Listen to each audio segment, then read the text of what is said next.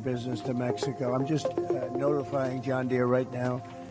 If you do that, we're putting a 200% tariff on everything that you want to sell into the United States. He vowed to impose a 200% tariff on John Deere's imports if the company continues with its plan to move some of its production to Mexico.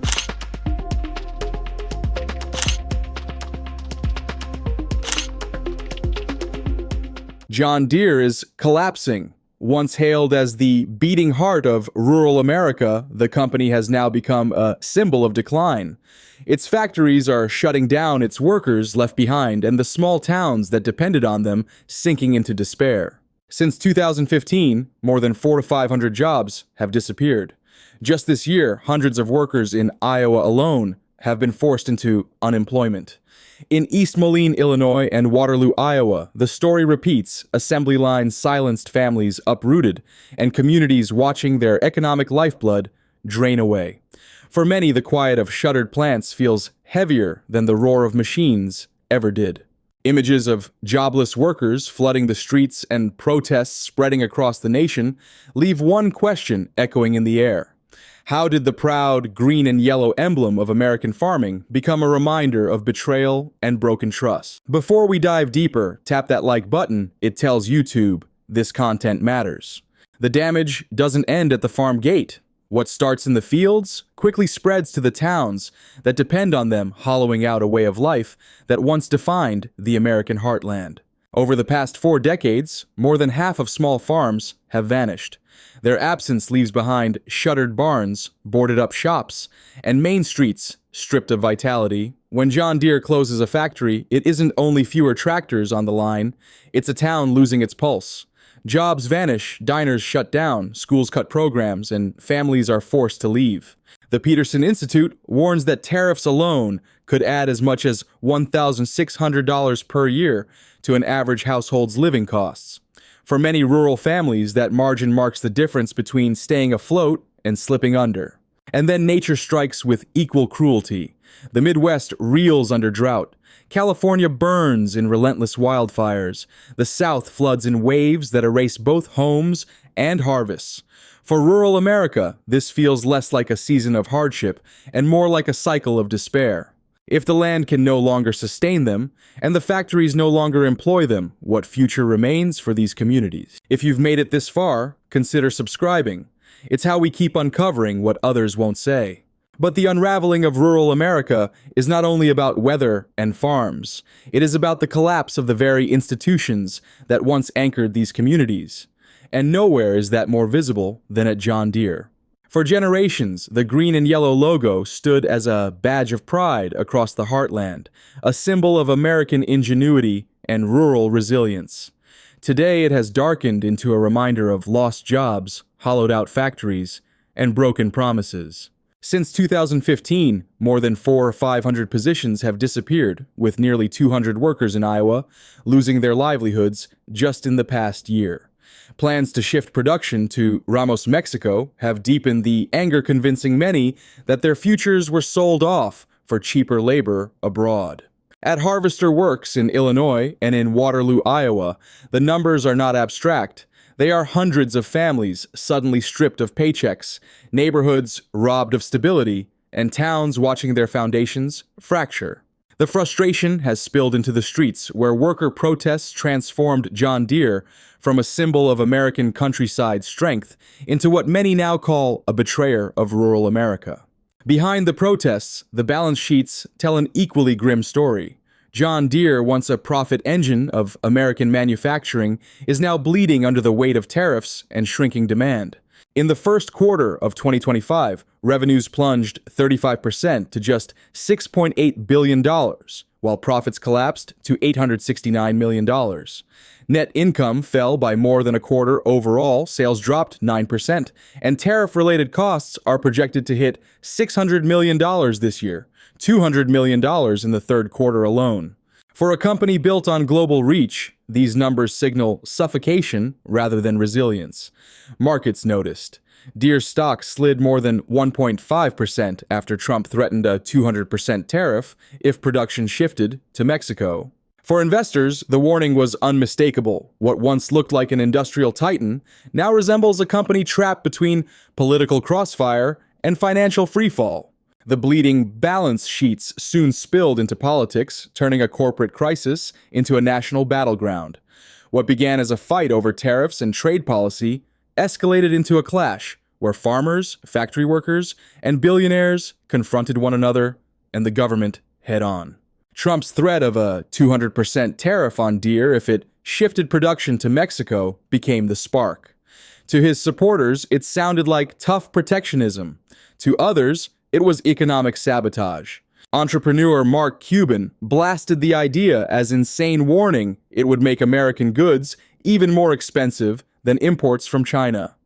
Vice President Kamala Harris sharpened the attack, calling Trump's policy a sales tax on America, one that could cost families nearly $4,000 more per year in higher consumer prices. Meanwhile, farmers and workers already battered by layoffs and rising costs poured into the streets. Their message was raw and furious. This was not strategy, but short-sighted politics, trading livelihoods for theater. In that anger, a local crisis transformed into a fault line cutting through the heart of American politics. Out of that fury, resistance began to take shape. Farmers who felt locked out of their own livelihoods refused to remain silent. What started as scattered complaints about broken tractors snowballed into a nationwide push for the right to repair. Across state legislatures, pressure mounted. One by one, lawmakers introduced bills forcing manufacturers to release manuals parts and diagnostic tools long kept behind locked doors. The shift was cultural as much as political. Farmers who once paid exorbitant fees began sharing repair guides online, holding community workshops, and building networks of support. Fixing a tractor became an act of defiance, a way to reclaim dignity in an industry where every breakdown had been turned into corporate profit. At the same time, boycotts gathered momentum. Many farmers, tired of steep repair costs, quietly turned to competitors like Kubota Case IH and AGCO. Others looked abroad to cheaper Chinese machines. They lacked Deere's prestige, but offered one priceless advantage: freedom to repair without corporate permission. For farmers under pressure, independence outweighed tradition. The consequences for John Deere were profound. Its once unshakable grip on rural America began to weaken not just because of foreign competitors, but because of the very farmers it had relied on for over a century. In the eyes of many, Deere was no longer a partner in survival. It had become the obstacle blocking their future. While American farmers protested and communities fractured, the rest of the world was already moving on. What looked like a domestic crisis quickly evolved into a global realignment. Rivals seized the opportunity to fill gaps left by a retreating United States. Markets once bound tightly to U.S. agriculture began seeking new suppliers, forging contracts that only years earlier would have seemed unthinkable. In the first half of 2025, U.S. agricultural exports to China fell by more than 50%, a staggering reversal for what had been one of America's most profitable markets. Within just 4 months, the U.S. recorded a $19.7 billion agricultural trade deficit, a flashing alarm for a nation once known as the world's breadbasket. And analysts warned this may only be the beginning. Meanwhile, Chinese firms like YTO Group and Zoomlion accelerated their expansion. They offered low-cost machinery and flexible financing that appealed not only to developing nations, but also to mid-sized producers in Europe, Africa, and South America. For buyers weary of restrictive repair policies and rising U.S. costs, the choice became clear. Cheaper, more adaptable alternatives existed, and they didn't carry the Made in America stamp. The shift was not only economic, but strategic. Countries once dependent on U.S. grain and farm technology diversified their supply lines, tying themselves to emerging powers. Deals signed in Beijing, Sao Paulo, or Nairobi could reshape trade patterns for decades, locking the U.S. out of markets it once dominated.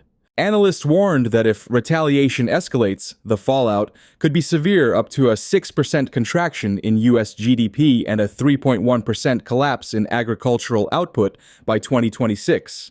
But beyond the numbers lies a deeper fear. America may not simply be losing contracts, it may be surrendering its role as the global standard setter in agriculture. From the fields to Wall Street, America's agricultural crisis exposes a truth too large to ignore. The nation's economic strength is fracturing.